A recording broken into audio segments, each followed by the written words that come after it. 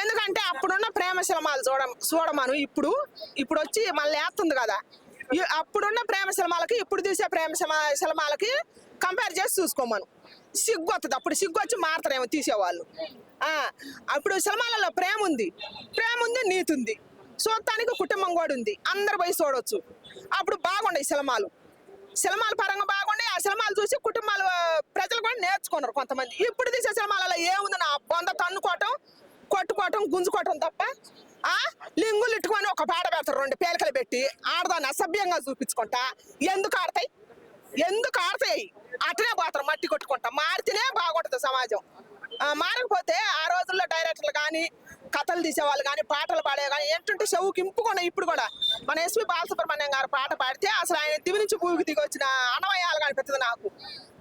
అట్టాటి సింగర్లు, అట్టాటి ladies, జానికమ్మ కానీ, చిత్రమ్మ కానీ, సుశీల కానీ మాకు ఇంకా గుర్తుంది. మాకు చదువు లేకపోయినా కూడా కొంతమంది పాటలు పాడితే మామూలు లేవు. ఇప్పుడు ఎవరికన్నా పాట 2 రోజుల కాడికి ఎక్కువ గుర్తుంటుందా?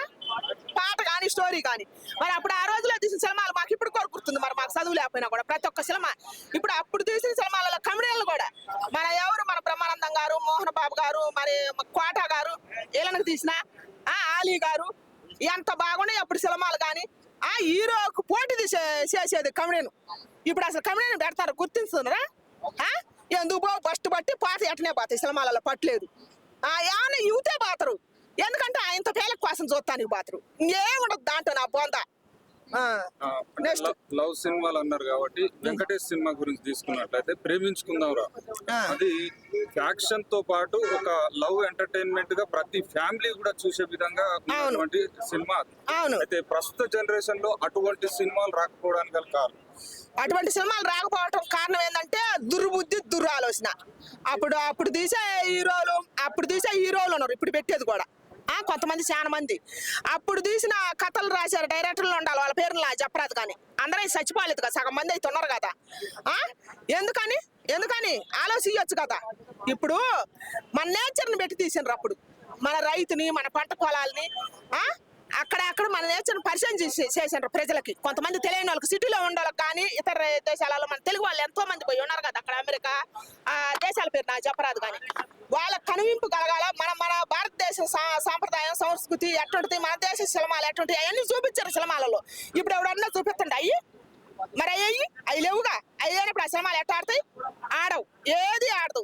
ఒక వెంకటేష్ గారి సినిమే కాదు, సమర్శమారెడ్డి తీసినా, ఇంద్రసేనారెడ్డి తీసినా, అసలు ప్రతి ఒక్క సినిమా, ఒక్కొక్క హీరో సినిమా. అప్పుడు ఆ రోజుల్లో ఒక్కొక్క సినిమా 100 రోజులు ఆడిన వాళ్ళు కూడా ఉన్నాయి పల్లెటూర్లలో. మరి ఇప్పుడు ఏదన్నా ఆడుతుందా?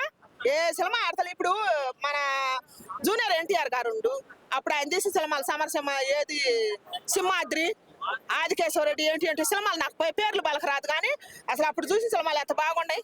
అదే హీరోలుగా ఇప్పుడు పెట్టేది. ఎందుకు ఆడతలేదు? ఇప్పుడు మన బాహుబలి తీసిన ప్రభాస్ గారి సినిమా మన ఎందుకు ఆడలేదు? కథ బాగలేకనే కదా.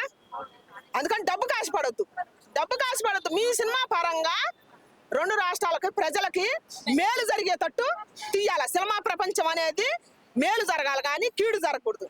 కీడు జరిగే కారణంగా దుర్బుద్ధితో, దురాలోచనలతో కోట్లు పెట్టారు. అప్పుడు ఎవరు కోట్లు పెట్టారా? ఎందుకు ఆడలేదు? మరి అప్పుడు కోట్లు లేవు కదా. మరి ఇప్పుడు కోట్లు వస్తున్నాయి, సినిమాలు పడిపోతున్నాయి. ఎందుకు పడిపోతున్నాయి? కథలో, స్టోరీలో కోట్లు లేక, దుర్బుద్ధి, దురాలోచన. అవి మార్చుకొని సమాజానికి ఉపయోగపడే సినిమాలు ఏమైనా తీస్తే ఆడతాయి. అప్పుడు పోయిన రోజులు తిరిగి రావాలా. అప్పుడు ప్రేమికులు ప్రేమించుకుంటారు. ఇప్పుడు ఏందో ప్రేమికులు దినమని వస్తుంది కదా, వాళ్ళ పెండాకుళ్ళు పెట్టుకోవడానికి రూములు బుక్ చేసుకొని. ఇప్పుడు బయట చేసుకున్న దినాలు కాక రూములో దినాలు పెట్టుకోవడానికి వస్తారు కదా, పెండాకుళ్ళు అయ్యి పెట్టుకోవడానికి. అప్పుడు ఆ రోజుల్లో ఏడుంది ప్రేమ అంటే? ప్రేమ సినిమా నేర్పించింది. ఒక్కొక్క సినిమా నాగేశ్వరరావు గారు కానీ, శోభన్ బాబు గారు కానీ, మరి కలసిన కింగ్ మోహన్ బాబు గారు కానీ, చాలా మంది, రాజశేఖర్ గారు కానీ, ఎన్ని సినిమాలు లేవు ప్రేమ కోసం త్యాగం చేసి. ఆ సినిమాలు చూసి నేర్చుకున్న వాళ్ళు కూడా ఉండరు బయటలో. ఎవరన్నా ఎట్టే పొరపాటు చూసి ప్రేమించిన కుటుంబం కోసం త్యాగం చేయటం, అమ్మాయి కోసం అబ్బాయి అటు జరిగినాయి. ఇప్పుడు అది లేదు. సినిమాలు ఎటు చూపిస్తారో బయట కూడా అదే జరుగుతుంది. మరి సినిమా ప్రపంచానికి నేర్పియాలి కానీ చెడగొట్టకూడదు కదా. దానివల్ల కథలు రాసేవాళ్ళు అప్పుడు మహానుభావులు, పాటలు పాడేవాళ్ళు కానీ, కథలు రాసేవాళ్ళు కాదు. ఇప్పుడు ఏడ పాడుపట్టాయి. ఇప్పుడు ఏమన్నా కొద్ది కూడా ఇంగితి కానలేదు, మానవత్వం లేదు, అన్ని మంట కలిసిపోయినాయి. తెలంగాణ పాటలు ఇప్పుడు ఫోక్ సింగర్లకు ఎక్కువ విలువ పెరిగింది.